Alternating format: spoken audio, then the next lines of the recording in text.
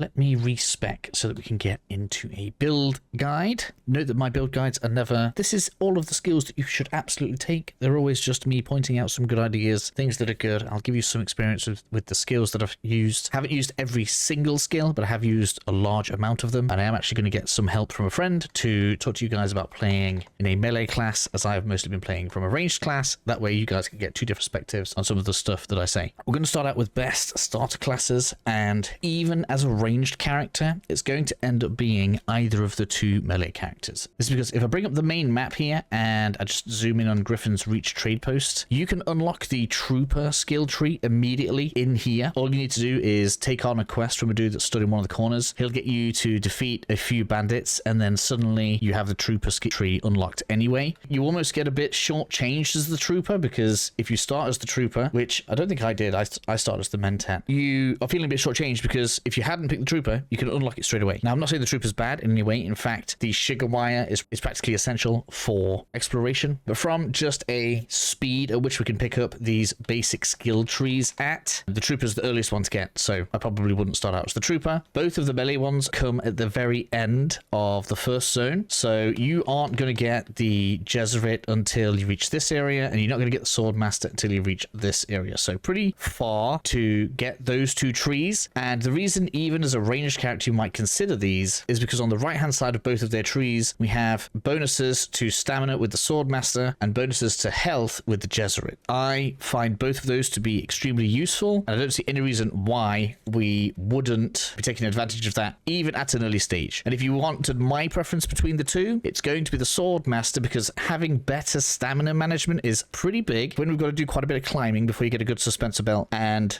in combat dodging around and stuff takes stamina. Having extra stamina recovery rate, base stamina, and hydrated stamina, all of this stuff is just relevant almost all of the time in and out of combat. I feel like the swordmaster is probably the strongest and best start if anybody's interested in that kind of thing. Moving on to building out your character then, I'm going to be coming at this from a ranged perspective. You can obviously go hybrid because you have all of the skills unlockable, so you could 100% split your efforts between a range and melee option, but I've been enjoying trying to keep mostly at range, and I find switching weapons and stuff awkward, so I just prefer to kind of have a loadout that I'm enjoying using. I start out as the Mentat. I have the Sentinel automatically. In this instance, I actually don't need much else. If I was going to do anything here, I'm probably going to take the poison capsule, or the one that I have to take. This is because the Mentat gets easy access to headshot damage, and obviously being as we are range build, getting some headshots in, especially early in a conflict, we are going to be liking that. Now, when it comes to spreading your stats out, the most obvious recommendation is you want to level up level 1 stuff first. This is because, as you can see here, as I go up these levels, it takes more points, and sometimes it even gives less than the initial point. So this field maintenance, look, you can see 15, 20, 25, even though it's even more points to get those upgrades. So when you're going around the game, or should I say, once you've gotten all of these unlocked and you're going and you're visiting the advanced trainers and this kind of thing, don't feel tempted to pump this straight up to the max. Instead, you should leave this at level 1 and then come over to the next one that you like. I don't like the disruptor very much, so if we go through weapons quickly, I'll use the research screen. I've used pretty much everything in the game, so if we come through here, ranged weapons rise, the disruptor is the worst shield popping weapon. The idea of this is that it fires fast and pops the opponent's shield, and I think it's absolutely terrible. Instead, if you're trying to be a ranged character and you're struggling with shields, the drill shot is the way to go, 100%. But there is a skill that gets around this. There's several skills that get around this, but in particular there's one that I'm going to point out. The Gridder, GRDA, didn't think this was very good because it's a short range weapon. It doesn't pop shields all that easily, and it's terrible at range. So basically, if someone's charging you with a shield, it doesn't do anything. If someone's at range with a shield, it doesn't do anything. If someone's at range without a shield, still doesn't do anything. So just doesn't have much of a role. I should point out that I haven't done much PvP. Some of these may well have better application in PvP, but as far as clearing the initial zone out, going around getting your base sorted out, and this kind of thing, haven't found much use for those so far. Spit Dart is okay. I personally find it disappointing because you get a headshot with it. It doesn't kill them. Instead, it kills them in 2 seconds time because it leaves them with a poison. But by the time that's happened, they've alerted all the enemies. So you can't really stealth around with it very well. And for a weapon that gets bonuses from shooting in the back of the head, because that's something that the Mentat gets, I liked using it, but it's not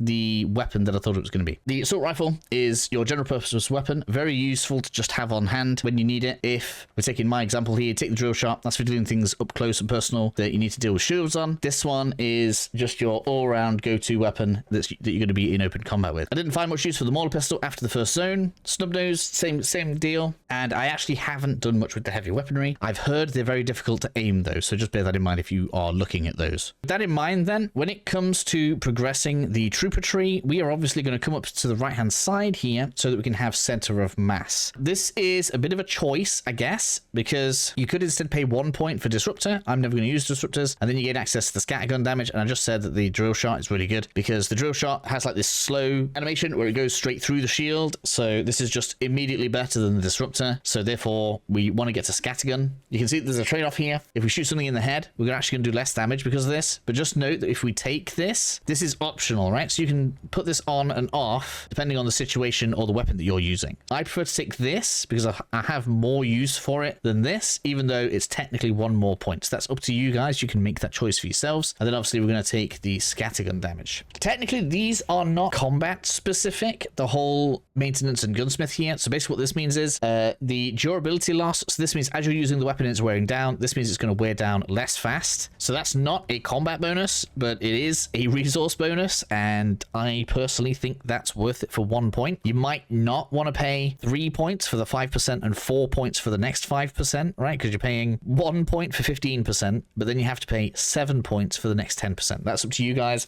If you're close to the end of the game, you got spare points, like maybe we'll end up with spare points at the end of this video. This is where you could sink some in. It's the same story with gunsmith. So this is like the opposite. When you repair a weapon and you see the red bar building up, this means that the red bar will build up less fast, which means you have to replace the weapon less often, which again is just a nice saving on resources. Now I took both of these and I never actually had to replace a weapon before I was upgrading it. I think they're both pretty much worth it. We'll talk about the top ones as well. So I love energy capsule. The idea that I can just pop a pill and suddenly I do 30% more range damage with basically every ability is fantastic. I absolutely recommend that. And that's how this left-hand side looks for me. If you are using heavy weapons, there's obviously some utility on the left-hand side here, but I'm not too bothered about that. And that brings us to the central tree. Suspenser Blast seems like it should be good, but when I was trying to use this for what I think the intention is, the problem with it is if somebody's going to teleport on you, so in case you guys don't know, the Gesserit has a teleport ability that allows it to get to you, and it stuns you when it arrives. Thought this would be a good idea for like if a player comes and is a Gesserit, they come and stun you because they can teleport on you like that. You could pop this, maybe stun them so that you don't get stuck, but it doesn't work that way. It's not very nice of an emergency weapon, and so therefore, if you're trying to be a ranged character, I don't see too much use in it. But you could use this as a Gesserit. So if you're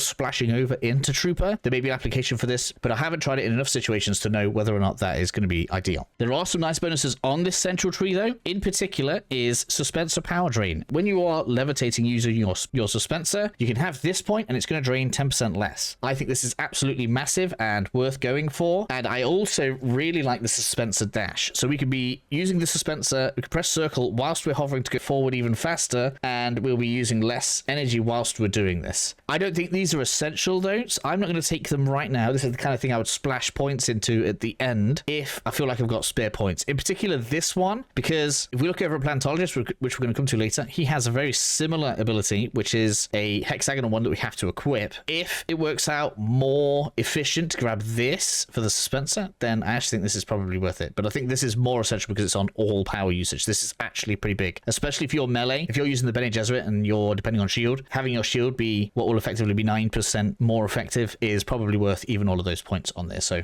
just something to bear in mind a little bit later on. Moving on to the right hand side. So Shigawire is essential. I like to have it in my RB. As you can see, I kind of started out with the poison. As soon as I got hold of energy capsule, poison came off. Battlehardened sounds really powerful, apart from it only works on sentinel abilities. So if you're loading up all sentinel abilities, so if you really like this and you really like Shigawire, Trooper. I don't know why you would keep Shigawire on in combat. It is good for mobility though. But in particular, we're going to get the Assault Seeker because this is a huge amount of damage and it penetrates shields. Because it's classed as blast, it penetrates shields. So very, very nice for a long while in the game, and you can manually detonate it, so you can fire it over cover to get things that are in cover. So really, really good use for Assault Seeker. So let's say you've got all 3 points here coming in from Trooper. This is very good. If you're not using lots of Trooper points, obviously this is not good. So if you're using a bene gesserit, you can't splash in here for a few points and then get yourself 30% ability cooldown. I'm afraid it doesn't work that way. It only works on the Trooper abilities. There is an ability here that I really liked, so we're going to pay the cheapest amount possible to get up for the Assault Seeker because I really, really like it. And we're going to put that down there. And even if you're in like a higher level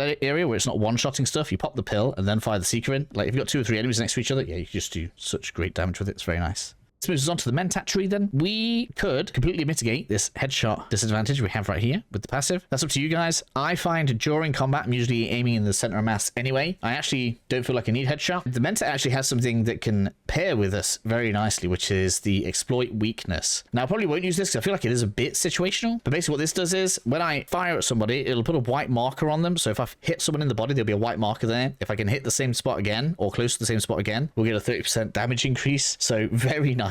Passive to have there if you want to grab it. But realistically, the Mentat gives us the opposite side of what the Trooper gave us. So for example, we've got another range damage node. So remember before we were talking about you should take the base one first. These are actually identical. So as you can see, by spending 2 points here, we've gotten 6% total. Whereas if we'd have leveled them both up, we could have spent 4 points for 6%. Or, you know, towards the end, maybe you'll take both of those and have all 18% with all of the spare points. But just pointing that we have actually 2 identical nodes here that are going to add up for some very nice bonuses for us. Garment Keeper and Tailoring are the same deal as we had for the weapons, except for the clothing. So you should probably take the initial points and then put more points into this as you're going through the game. Obviously, with expensive clothing and stuff like the late game gear, you may want to have it last even longer because it can be a bit of a pain to get some of the materials. So you probably are going to want both of those. And I really want to have rifle damage on my Trooper. It's up to you. Do you want to have something that argues with center of mass or not? That's entirely up to you. Or you can pay 1 point on a waste here for the pistol damage, and then you can come up for the rifle damage. Now, the reason that rifle damage is important, I don't know if you guys know much about multiplicative stats, but when we're getting into different percentages here, obviously range damage adds to the other range damage, whereas this multiplies the 2 range damage nodes that we already have. So this, with the bigger number and being multiplied against the range damage, is pretty important to get, just so that you're getting the most out of the build. You don't necessarily need to min-max to that level, but yeah, I do think that the rifle damage is pretty important to get, so make sure you grab that. The Hunter Seeker is hilariously powerful. 1200 damage is just mad. To get this class maxed out, we actually had to do a mission with this, and if you want to stretch some points to go ahead and power this up, I don't blame you. It is fantastically powerful, and it's probably disgusting in PvP because you can like hide. People won't even know you're there. The thing will just fly around because you're piloting like a little needle thing. Just hit someone in the back of the head and then you've won. Especially as we have additional damage to the rear of somebody, which we were talking about before with the sniper rifle, right? This node, don't get excited by range damage 5%. It's not. It's range damage 5%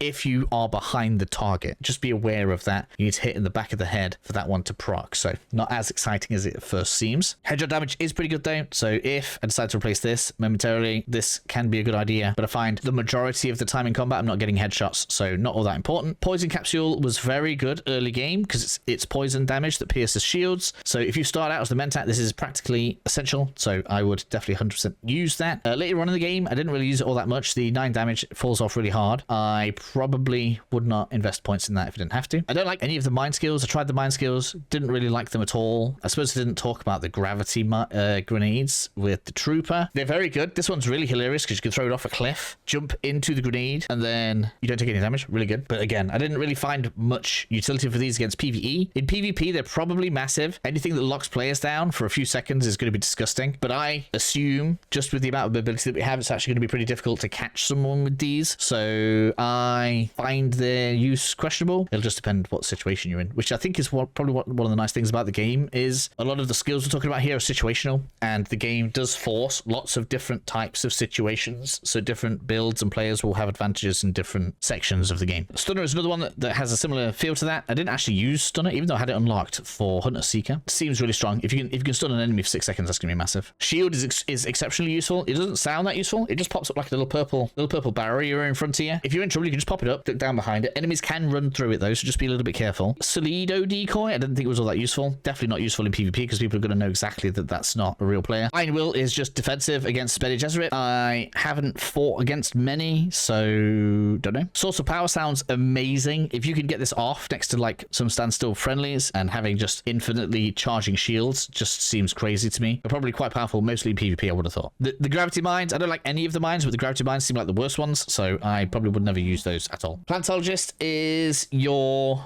just make everything easier class. You can get this started very, very early. If we look at the map quickly, if you make your way to the top of the cliff above test station number 2, you can see here on my map, there's the icon for it. Go see the Planetologist. You can get him started very early on as well. That gets you an extra skill tree. So if you don't start as the trooper, before you even leave the first area, you can have 3 skill trees available, which is quite nice. Combat wise, the only real thing to talk about, we've already spoken about, and that is to come up this left hand side. Power generation is obviously pretty big. This is one of the ones that actually goes up as we level it up, which seems rather nice. And 10% power regeneration is actually useful even in combat because that is your energy regenerate. So if you're using your shield, it's regenerating 10% faster. So just overall, it's good out of combat, good in combat. This is like almost as important as stamina. Overcharge is basically the same thing. So instead of having regeneration rate, this is just 20 on top. This is obviously more powerful the earlier in the game you are, because when you start out with 100 energy, well, adding 20 to that is a fifth more. So quite good. Really, really makes a big difference when it comes to a lot of stuff, especially early game. And then we get to combine this with the power usage technique, which I really like. 9% more efficiency on top of the extra that we already have and regenerates faster. Whilst this is probably not intended to be a combat bonus, it 100% is. My friend who's doing most of the melee stuff, he said he had pretty good effects. Like this made melee in general feel a bit better because his shield was obviously a lot stronger because of this. I'm going to finish that off right now because I know that's something that I want to have. The other good stuff in here, obviously we have better mining yields. So on the left, this is personal yields. So in case you don't know, later on, you're going to be able to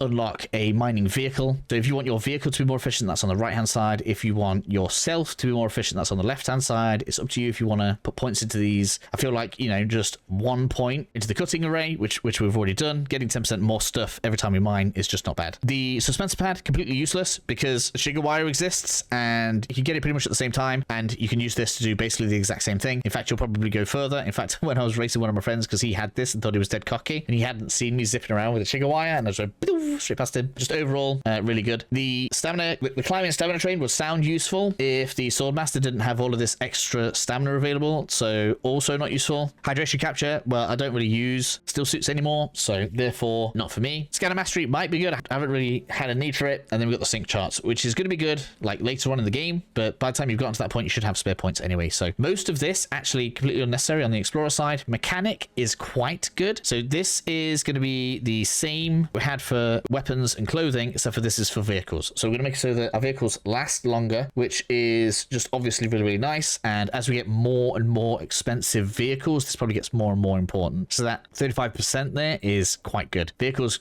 do need repairing quite often. Replacing the parts can be expensive. Just bear that in mind. And because I'm about to start using some rather not expensive, but the second highest tier ornithopter, I am going to max that out for myself right now. I do like the fuel usage, but it's not essential. So I'm just going to have the first tier and both of these. One of them is ground vehicles. The other one is air vehicles. So having your fuel just lasts way longer for 1 point, I think is pretty much worth it. But that's how I look on the mechanic. Top one is heat generation, and that only procs whilst we are in, I don't think you're ever going to proc that. So no, we're not going to take heat management, even though we're up there. Now we're over to the Bene Gesserit. Obviously, I'm looking at this from a range perspective, or maybe more of a generalist perspective. Pretty much everybody is probably going to want this right-hand side here. Healing regen limit. I think this is the health that you're going to get back if you've gone down and you recover yourself. I don't find the need to reduce how quickly I get sunstroke, so really not bothered about that. Poison tolerance, I would say this was good if it wasn't right next to poison immunity, even though this is an equipable skill rather than just a straight up passive. If you're fighting enemies that are causing poison, you can just equip that and then unequip it as long as you've taken it. So I probably wouldn't take either of these two and instead come over to the left here because we're going to take trauma recovery. This is basically making it so that you heal faster when you use a medkit. Pretty nice. You can max this out right now how. But if you're coming in at this like I am doing, you're going to want to get your 12% healing effectiveness and your max health on here as well. So as you can see, pretty big area realistically. You should take them all nice and evenly. Probably wouldn't go too big on this recovery because realistically we don't want to go down all that much. We're paying a tax, but at least it's a useful tax in this case. And then we get the better healing from trauma recovery, which again, we're probably going to try and avoid using that, but you probably will max it out. Then we get healing effectiveness, which procs with this pretty much. We get the max health as well.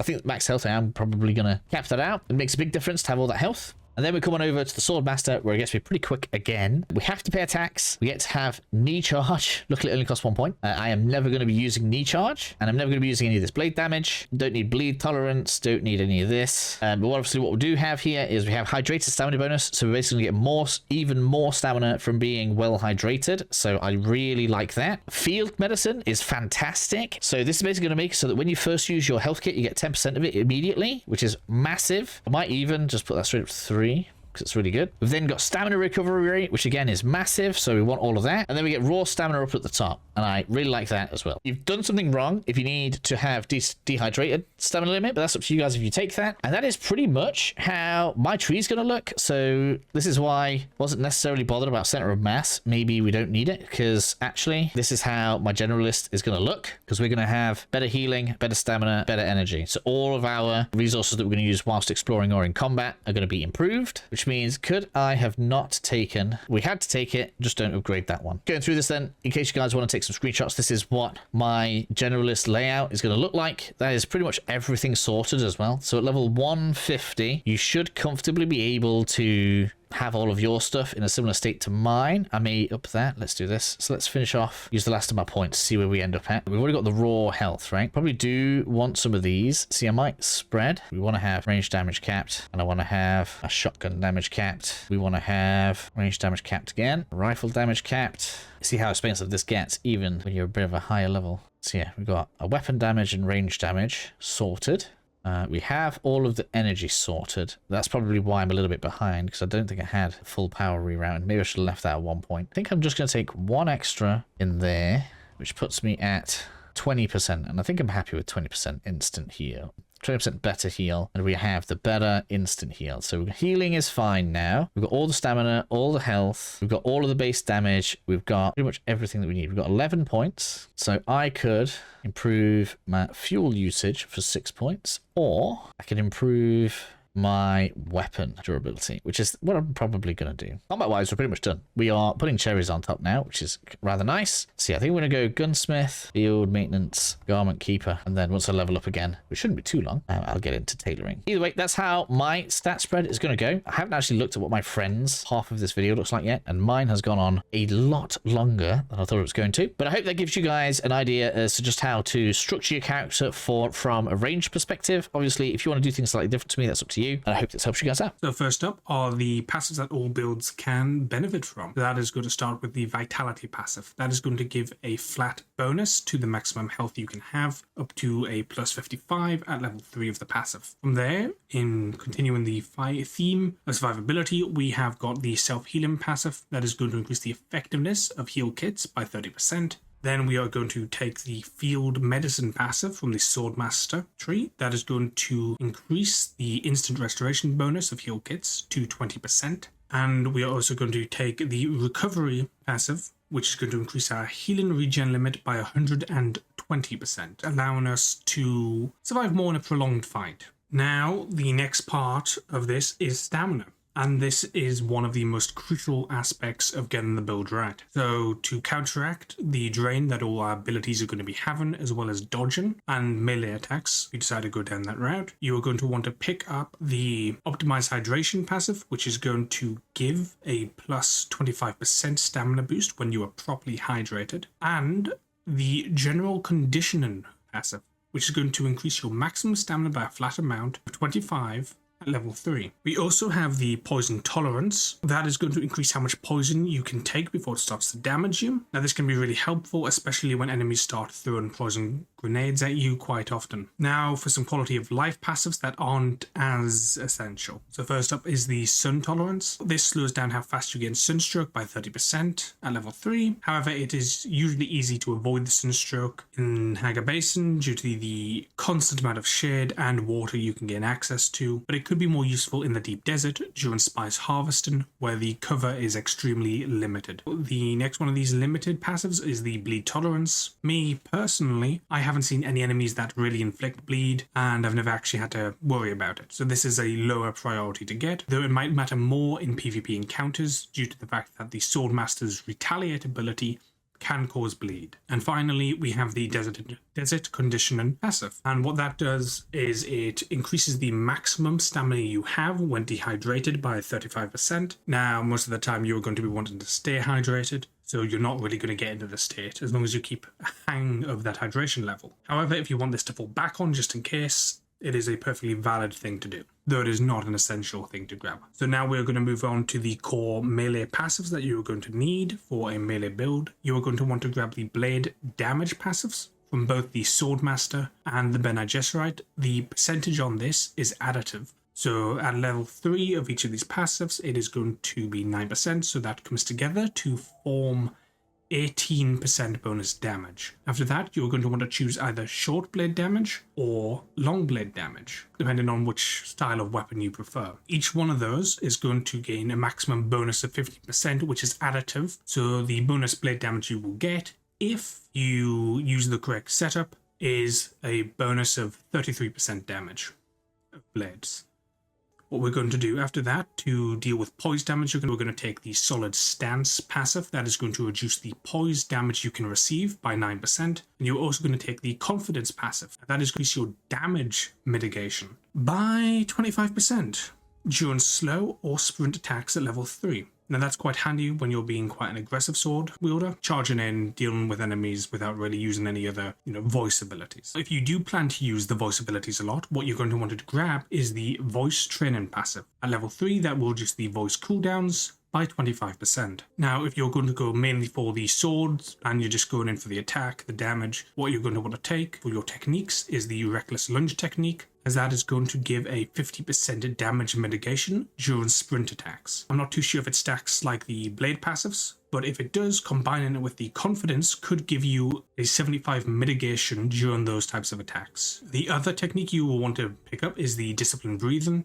What that is going to do is it is going to improve your stamina regen by 20% at level 3, and this is quite important because sprint attacks will burn through your stamina quite fast. As for the last one, I would suggest 2 options. There is the blade, or the dance of blades, where if you kill someone with a blade, your next blade attack will have an improved damage boost by 20% at level 3. I would, however, suggest the thrive on danger more, due to the fact that it gives you more benefits realistically. It gives you 200% bonus health regen, it cuts stamina costs by 30%, it halves the poise damage taken, and reduces health regen delay by 75%. And that activates once you're on low health, so it is a fantastic, almost get out of jail free card. As for the abilities you're going to be using for this sort of aggressive playstyle, what you're going to take is the knee charge to close distance, do a little bit of damage, and do a little bit of poise damage. Once there, if you want a more of an area of effect attack, you could go for the Eye of the Storm, which will do a bit more damage, and it can hit multiple targets at once. As for the final ability, I would suggest either the Retaliate to cause bleed, or the Foil to reduce the damage an enemy can do by 50%. If you want to use the power of the voice and manipulate and control your enemies to dictate how you're going to more easily do it, what you are going to want to pick up is the rapid register technique. That is going to decrease the voice channel time by 30, so it's going to be able to be used faster. The next technique you are going to want to grab is the manipulate instability. Now, when an enemy is stunned, staggered, or knocked back, you do a bonus of 20% more damage at level 3. For the last one, I would again suggest either the Dance of Blades or the Thrive on Danger, simply because both of them fit very well with this melee style, even with the Bene Gesserit's style of almost assassination. So the abilities you're going to want to use is the Weighted Step, as that can stun your target and you teleport behind, allowing for an easy use of the Manipulate instability, and that is going to give you that bonus 20% damage when you do that. The next ability I would recommend would be the Ignore ability. This is going to force a target to ignore you. So if you've got a target with a machine gun, a flamethrower, get them to ignore you, deal with the other enemies first. If you do it fast enough, you'll be able to easily get a slow attack on them and deal a lot of damage. The final ability I would suggest would be the Compel ability, due to the fact it can bring people out of cover, and it stuns them, which leads back into the Manipulate instability aspect, dealing another bonus 20% damage. We're finally going to cover the Spice passives that you can unlock through the Advanced Skill Trainer missions. If you need help unlocking them, check out the videos Joe has done on those. Anyway, so what we can find is the Screech passive. That means when you utilize the voice on an enemy, enemies around them will be stunned, which can lead into the Manipulate instability ability again. The Bindu dodge, if you parry successfully, dart and blade attacks will pass through you. In the Swordmaster, we have the President Strike. If you use a Swordmaster ability of any kind, your next strike will strike twice. And finally, Precise Parry, which if you successfully parry, it is going to reduce an enemy's damage mitigation by 20% at level 3 after you parry. These Spice passives will only activate if you're using the ability you gain from the 4th trial, but when they're active they can give a real edge in combat. However, it is more likely that you may want to save that for PvP combat because of these benefits. This is everything for melee focused setup. Hope this helps with your build.